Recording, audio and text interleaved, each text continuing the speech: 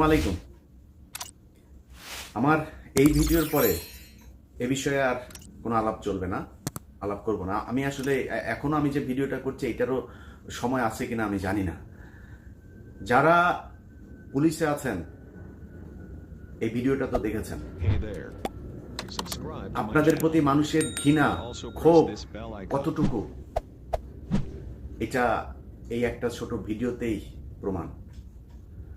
আপনাদেরকে আমি এর আগের ভিডিওতে বলেছি যে পদত্যাগ করে চলে আসুন। এক নাম্বার হচ্ছে এই গত 15 বছর ধরে আপনাদেরকে যেভাবে জনগণের মুখোমুখি দাঁড় করানো হয়েছে সেটার কাফারা হিসেবে আপনাদের জনগণের কাছে একটা সাধারণ ক্ষমা চাইতে হবে যে আমাদের মাফ করে দিন, আমরা ভুল হয়ে গেছে, আমরা পুলিশ ছিলাম এতদিন, এখন মানুষ হয়ে ফিরে আসলাম।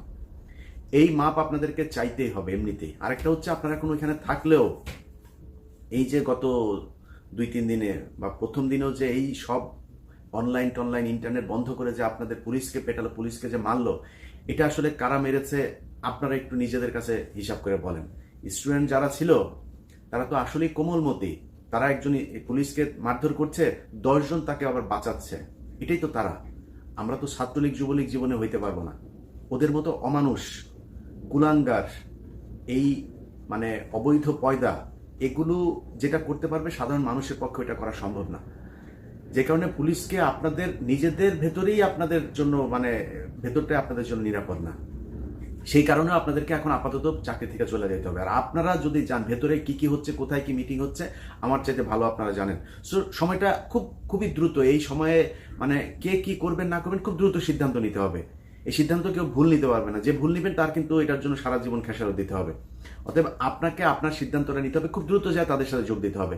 কয়েকশো কয়েক হাজার পুলিশ চলে যাবেন, কয়েক লাখ পুলিশ, মানে 1 লাখ পুলিশ চলে যেতে পারেন, যে আমরা ছাত্রদের সাথে আছি, আমরা এই অন্যায় এই অনিয়ম এই নির্যাতনের ভেতরে আমরা নাই, আমরা ভুল করেছি, এতদিন পুলিশ ছিলাম, এখন মানুষে ফিরে আসছি, আমাদের তওবা পড়ায় কবুল করায় নেন। এটা আপনাদেরকে করতে হবে, খুব দ্রুত করতে হবে।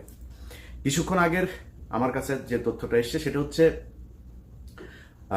ইয়েতে আপনার তেজগাঁ বিমানবন্দরে সেনাবাহিনীর, ভারতীয় সেনাবাহিনীর 16 জনের একটা উচ্চ পদস্থ একটা টিম এসেছে। তাদের সেনাবাহিনীর সাথে যে মিটিংটা হয়েছে সেখানে তারা উপস্থিত ছিলেন।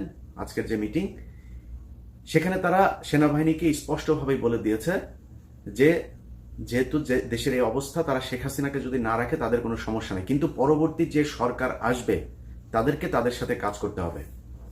সেনাবাহিনী বাংলাদেশে রয়ের যেই আস্তানা, যেই চামচারা বাংলাদেশের হয়ে কাজ করছে, তাদের ব্যাপারে এখন কথা বলার মতো মানে সময় আসে নাই, বলছিও না।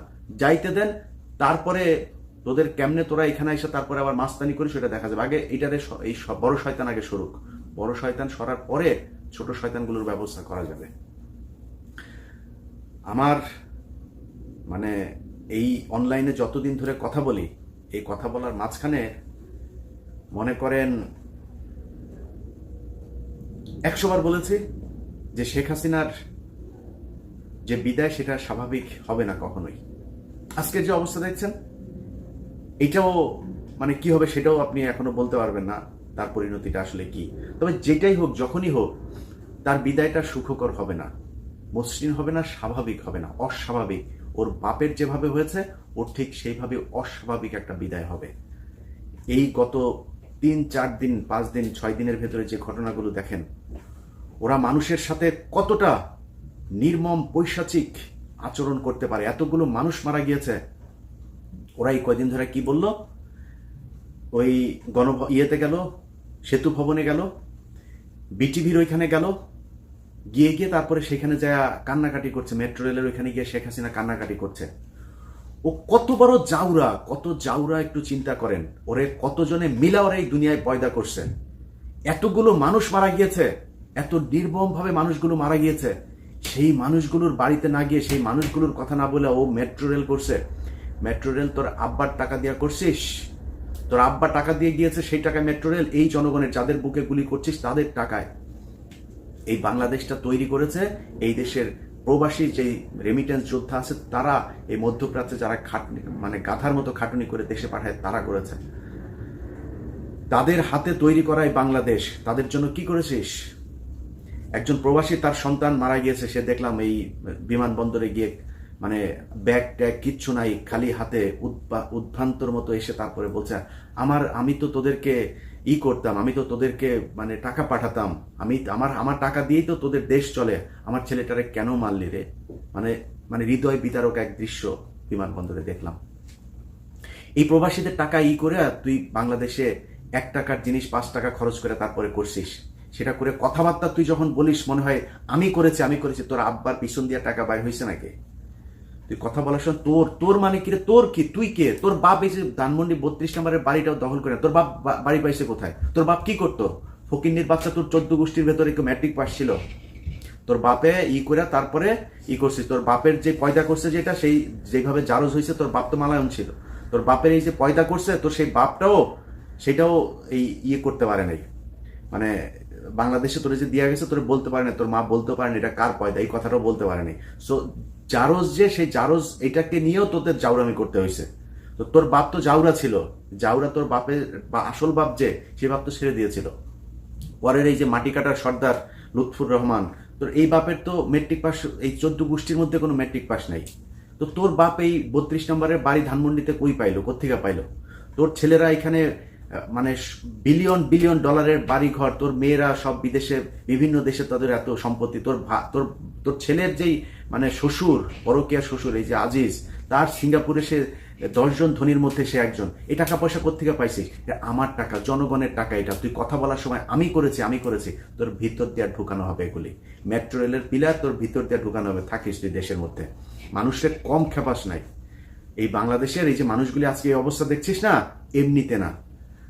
এমনিতে তারা এরকম করে নাই। প্রতিটা ঘরে ঘরে তোর কষ্টের চিহ্ন আছে। এই মানুষগুলি যারা আজকে রাস্তায় নেমে আসছে, তারা বিএনপি করে? বিএনপির মানুষকে মারে নাই? এই গত 15 বছরে বিএনপির মানুষকে মারে নাই? হেফাজতকে মারে নাই? জামাতের নেতাদেরকে করে নাই? মানুষ রাস্তায় নেমে আসে নাই। আজকে কেন নেমে আসছে? সবার পিঠ দেয়ালে ঠেকে গিয়েছে, এই জন্য মানুষ আজকে রাস্তায় নেমে এসেছে।